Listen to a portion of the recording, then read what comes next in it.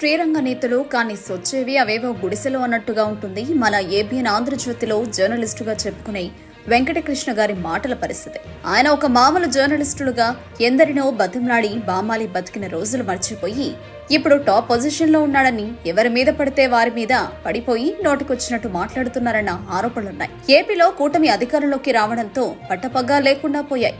ABN Venkatakrishna ABN ఆంధ్రజ్యోతిలోకి రాకముందు సాధారణ జర్నలిస్టుగా ఉన్నప్పుడు 2000 కోసం కూడా తనను అడుక్కున్నాడని, రాధాకృష్ణ చిల్లర వేస్తే తీసుకునేవాడని వైసీపీ నేత పోసాని కృష్ణంరెడ్డి సంచలన ఆరోపణలు చేశారు. ఇదే ఏబిఎన్ లో ఉన్న వెంకటకృష్ణ తనకు ఎన్నోసార్లు ఫోన్లు చేశాడని, తాను ఒకటే చెప్పానని, నువ్వు ఎన్నైనా విమర్శలు చేసుకో కానీ వ్యక్తిగతంగా కుటుంబ పరంగా చంపుతామంటూ పోస్టల్ గా తిట్టొద్దు అని హెచ్చరించారన్నారు.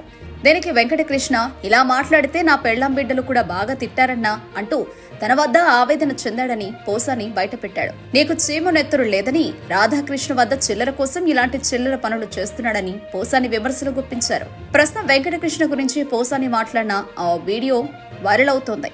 మీరు చూసి మీ కామెంట్ తెలియజేయండి.